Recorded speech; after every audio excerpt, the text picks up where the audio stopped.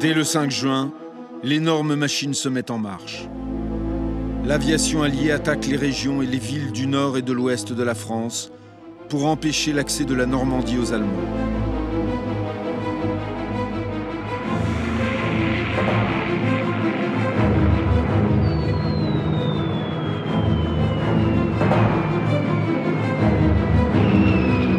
Les Anglo-Américains ne font pas dans la dentelle. 3 jours durant, la Normandie sera écrasée sous les bombes, faisant presque 4000 victimes.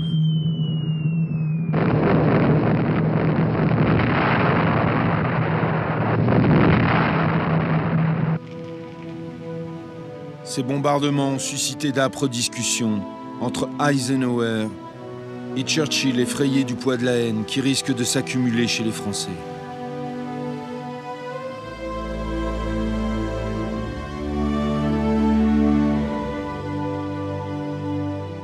À la surprise des Alliés, la résistance française a répondu « C'est la guerre.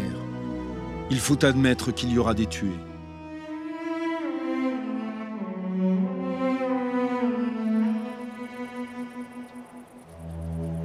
Le 3 juin, à Alger, le général de Gaulle a transformé le Comité français de libération nationale en gouvernement provisoire de la République française. Jusqu'alors, il n'a pas eu son mot à dire. Les Alliés ont tout caché aux Français. Mais à l'heure où s'annonce la libération du pays, les Anglo-Américains ont besoin du général pour s'assurer de l'entière coopération de la population et de la résistance française.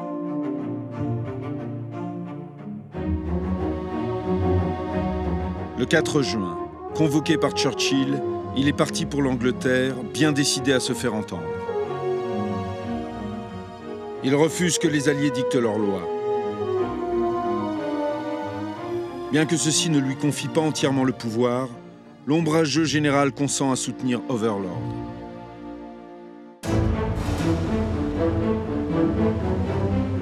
Le 5 juin, sur mer, les manœuvres de diversion continuent. Des dizaines de petits navires font cap vers le nord du Havre. Ils activent leurs cheminées comme autant d'écrans de fumée. Pour dissimuler leur importance véritable et faire croire à un convoi de gros navires traversant la Manche, vers un point situé nettement au nord des plages normandes.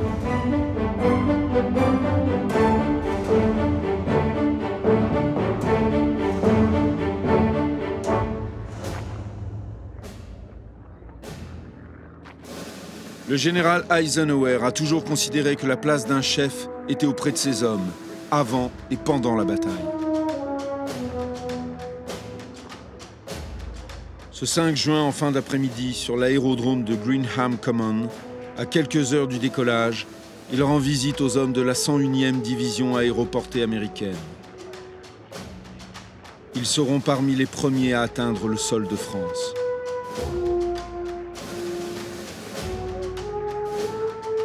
Derrière son sourire, Ike a l'air un peu tendu.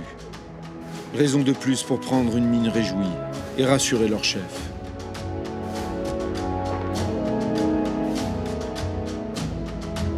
Ce jour-là, Eisenhower reste jusqu'au bout, jusqu'au décollage du dernier avion. Un peu plus loin, à défaut d'être encouragés par leur chef en personne, leurs camarades parachutistes éclaireurs se donnent du courage à leur manière. Réel peau rouge d'origine, ou simple mythe américain du guerrier indien, leur peinture de guerre n'en permet pas moins à ces Iroquois de 20 ans de se chauffer à blanc.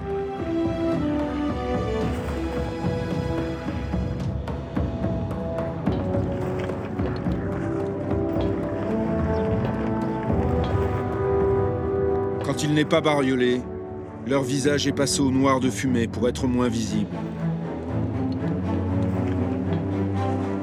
Outre leurs armes et parachutes, ces hommes doivent aussi sauter avec leurs émetteurs radio pour signaler les zones balisées sur lesquelles les planeurs qui suivront déposeront le gros des troupes.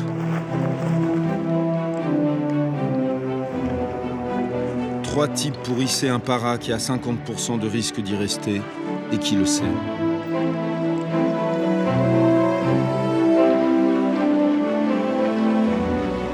même soir, Ike écrit une lettre dans le cas où le débarquement tournerait au désastre. Elle prouve que les Alliés ne sont sûrs de rien. Ma décision d'attaquer à cette période et à cet endroit était basée sur les meilleures observations possibles, écrit-il. S'il y a eu des fautes ou des erreurs commises lors de cette tentative, j'en porte l'entière responsabilité.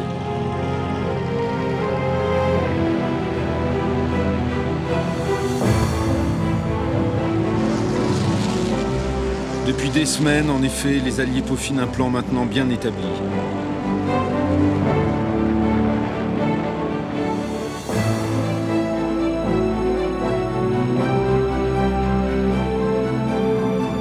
Dans la nuit du 5 au 6 juin, les défenses côtières allemandes devront être anéanties sous les bombes. Avant que l'artillerie navale ne pilonne à son tour, à l'aube, 70 km de côte. Les Britanniques avec les Canadiens se chargeront du flanc droit de l'invasion. 3 plages leur ont été assignées, Third, Juno et Gold, situées entre Ouistreham et Arromanches. Les Américains s'occuperont du flanc gauche. Les plages d'Omaha et d'Utah leur ont été dévolues. Les Britanniques devront s'emparer de Caen au plus vite. La ville commande en effet un important nœud de communication par où les Allemands peuvent acheminer leurs renforts. Elle ouvre surtout sur une plaine qui doit permettre aux blindés alliés de se déployer et aux avions de se poser sur des aérodromes provisoires. Les Américains devront remonter vers Cherbourg, qu'ils ont prévu de prendre 8 jours plus tard pour pouvoir débarquer les centaines de milliers d'hommes et tout le matériel nécessaire à la suite de l'offensive.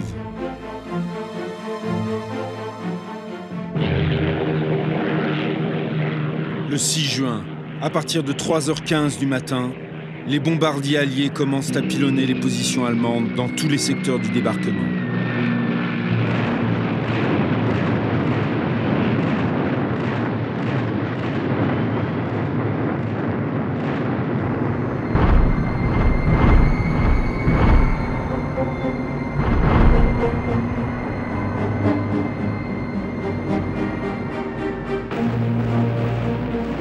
À l'aube, l'artillerie navale alliée prend le relais afin de pulvériser le mur de l'Atlantique.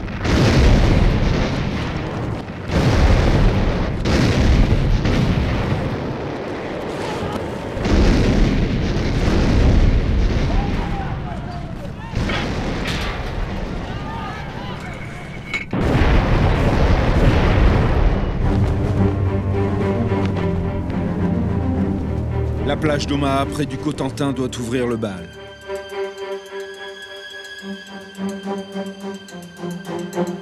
Les Américains doivent s'en emparer pour ensuite faire la jonction avec leurs camarades d'Utah.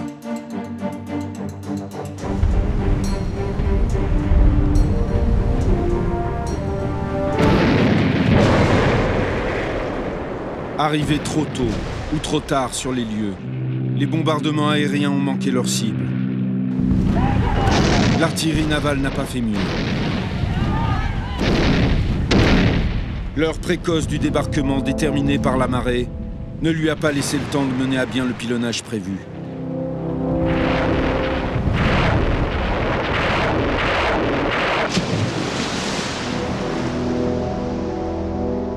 Le gros de l'attaque échoua aux GIs de la célèbre Big Red One, unité expérimentée. Mais on leur a adjoint le 116e bataillon, composé de jeunes boys qui n'ont encore jamais connu l'épreuve du feu.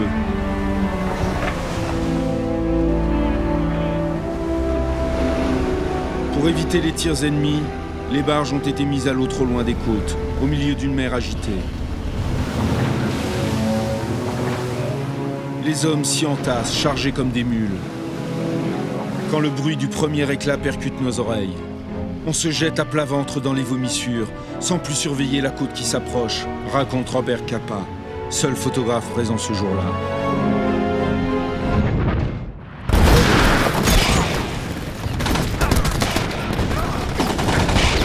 À peine sur la plage, les hommes sont cueillis par une défense allemande quasi intacte, qui les tire comme des lapins.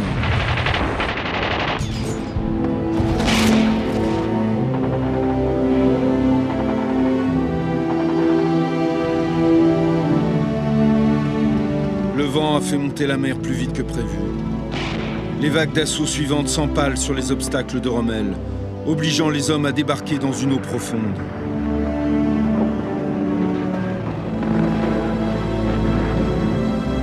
Incapables d'avancer, tous se regroupent au centre de la plage, réduits à envoyer le même message d'une effroyable concision. Sommes cloués sur place par artillerie ennemie. Crucifiés plutôt. Comme le montrent les rares clichés restants de Capa, tous les autres ayant été accidentellement détruits.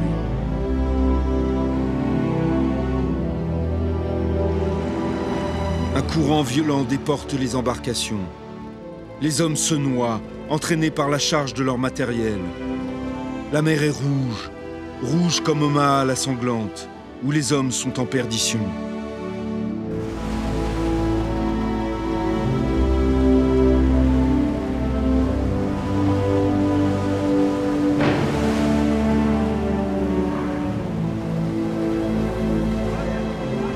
Le commandement américain envisage de stopper l'offensive.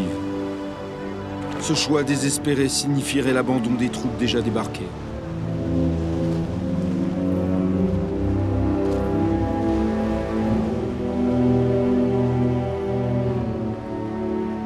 Les morts et les blessés se comptent déjà par centaines. Leur sacrifice aurait été vain. L'arrêt des opérations laisserait aussi ouverte une énorme brèche sur la continuité du front allié, alors même que la gigantesque machine de guerre est lancée à plein régime. En effet, ce 6 juin, le jour maintenant levé dévoile l'armada de 7000 navires qui s'approchent des côtes normandes. Comme toujours, Ike n'est pas loin.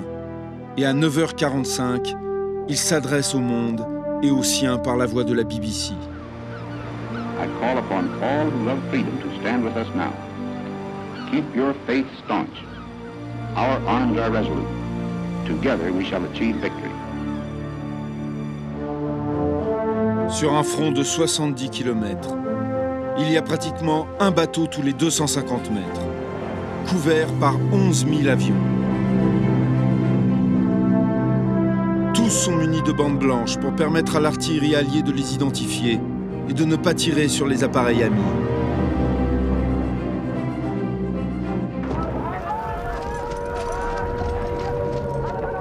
Heureusement, tous les secteurs de la côte ne ressemblent pas à celui d'Omaha. D'autant que les Allemands, égarés par la désinformation des Alliés, croient toujours à une attaque sur le Pas-de-Calais et peinent à s'organiser.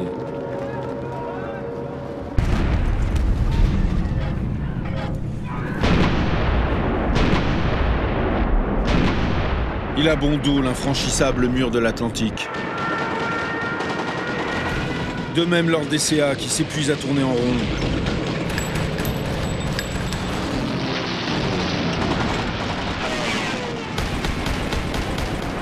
Ce jour-là, l'aviation alliée effectue quelques 10 000 sorties.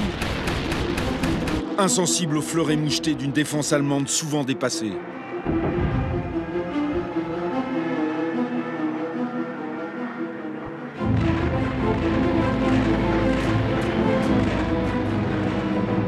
Tandis que les B-26 déversent leurs dernières bombes à l'intérieur des terres, les avions d'attaque entrent à leur tour en action.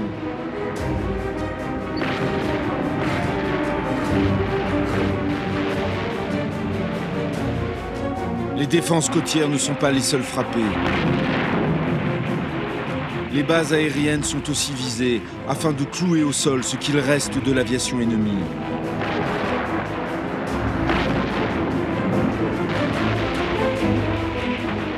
Les nœuds de communication, routes, ponts, lignes de chemin de fer sont systématiquement pilonnés.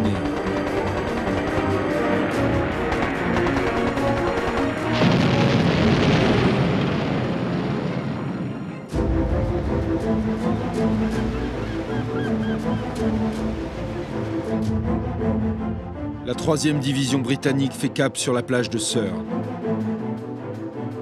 Elle doit d'abord neutraliser les défenses de Ouistreham et s'emparer de Caen le jour même.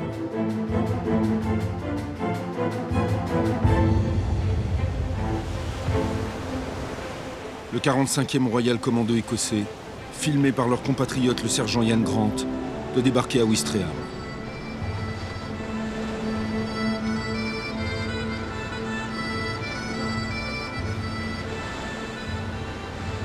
Cette fois on y était, raconte Grant. J'ai tout de suite filmé cette gigantesque armada comme je le pouvais, car j'étais quasiment au niveau de la mer.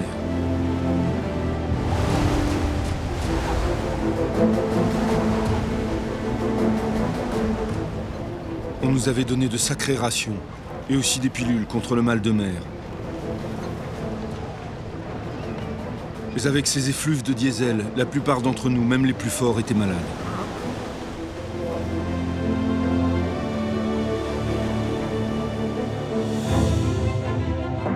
Le ciel était noir d'avions. On avait dit à certains de passer à basse altitude, tandis qu'on nous signalait par haut-parleur les marques spécifiques qui distinguaient les avions amis.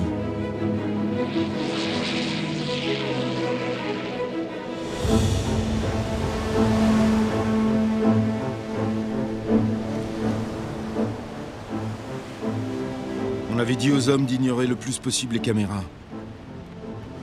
C'étaient des acteurs naturels, plongés dans leurs pensées, vivant leur expérience propre. Je n'avais pas peur car il n'y avait aucune crainte sur leur visage. Juste le désir de sortir de ce satané bateau qui leur donnait le mal de mer.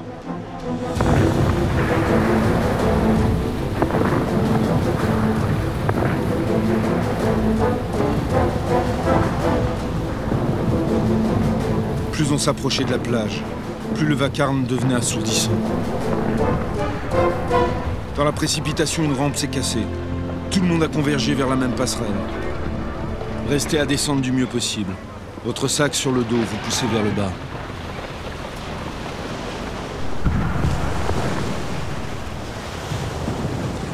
Grant et les siens ont été préservés du premier assaut. Pour eux, le plus dur commence. Faire la jonction avec les troupes parachutées derrière les lignes allemandes.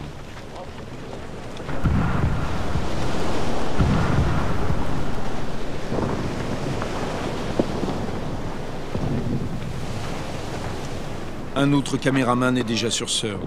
Le plus jeune d'entre eux, le sergent O'Neill, arrivé 45 minutes avant Grant. C'est lui qui filme les derniers soubresauts de la bataille.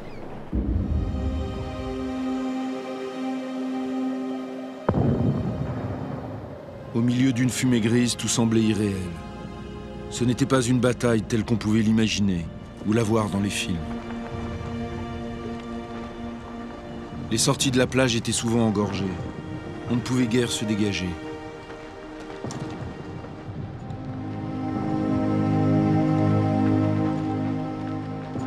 J'ai suivi un peloton d'infanterie qui essayait aussi de s'extraire. Quand soudain, sa caméra tressaute, il est touché à son tour. Le temps de tourner encore quelques plans avec son bras valide, et il est rapatrié en Angleterre le soir même pour y être soigné.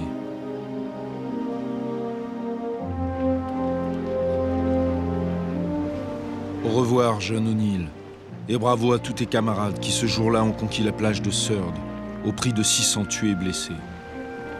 Tous perdus dans la masse de ces inconnus, dont la plupart avaient à peine 20 ans.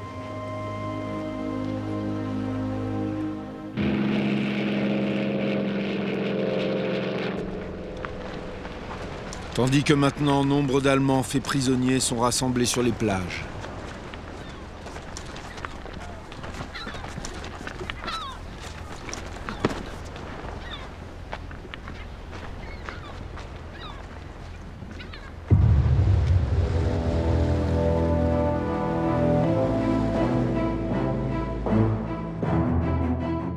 À quelques kilomètres de Surd, la plage de Juno, en secteur canadien. Objectif, la prise de Carpiquet, l'aéroport de Caen.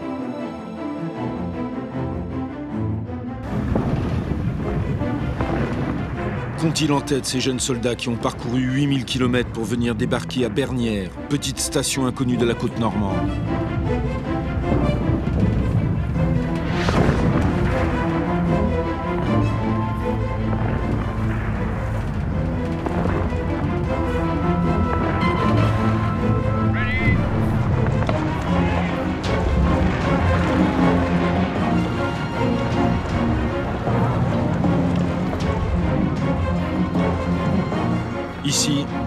C'est bien la première vague d'assaut qui est filmée, la seule de tout le débarquement, mais par une caméra automatique arrimée au bastingage.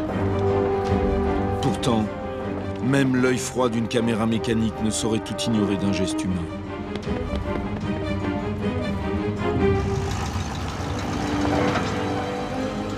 Bientôt, apparaît la toute première maison française libérée en Normandie. Elle coûte la vie à une centaine d'hommes que les caméramens alliés ont reçu l'ordre de ne pas trop montrer.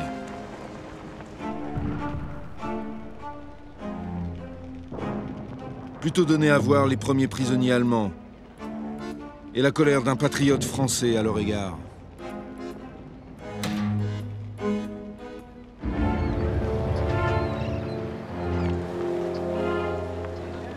La reddition des Allemands ne peut occulter les difficultés rencontrées par les hommes sur les plages de Junot, où une mer mauvaise complique le débarquement et l'arrivée des deuxièmes vagues d'assaut.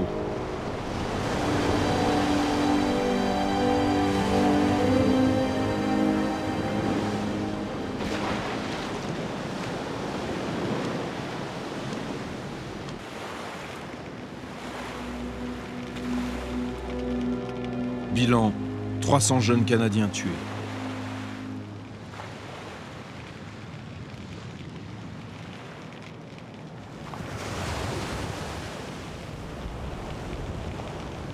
Leur sacrifice n'a pas été vain.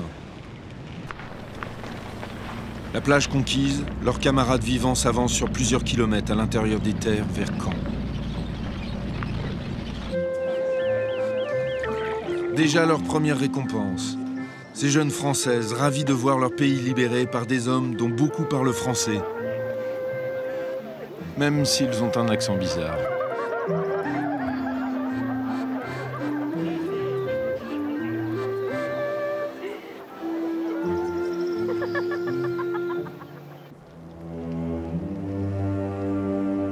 Pourtant, à Portsmouth, au QG des Alliés, et malgré le sourire de l'amiral anglais Ramsay, fier du rôle de sa flotte, le général Eisenhower semble toujours soucieux.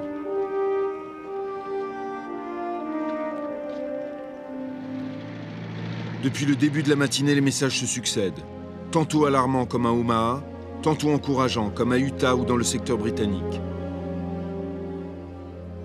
À voir le visage d'Eisenhower, on se dit cependant qu'à cette heure, rien n'est encore joué.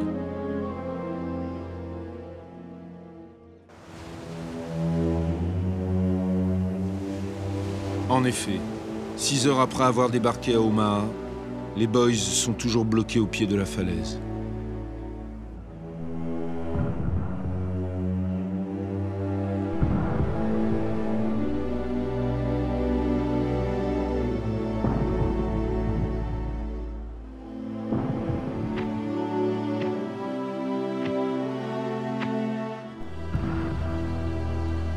Les Américains privilégient toujours les hommes, quel que soit le surcroît d'intendance nécessaire. Même les premières vagues d'assaut sont pourvues d'une structure médicale bien rodée, avec médecins et infirmiers pour prendre en charge au plus vite les blessés, fussent-ils des ennemis.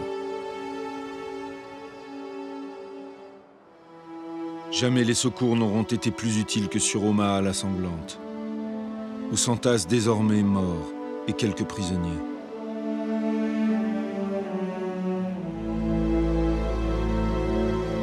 3000 Américains perdus sur la plus meurtrière des 5 plages du débarquement.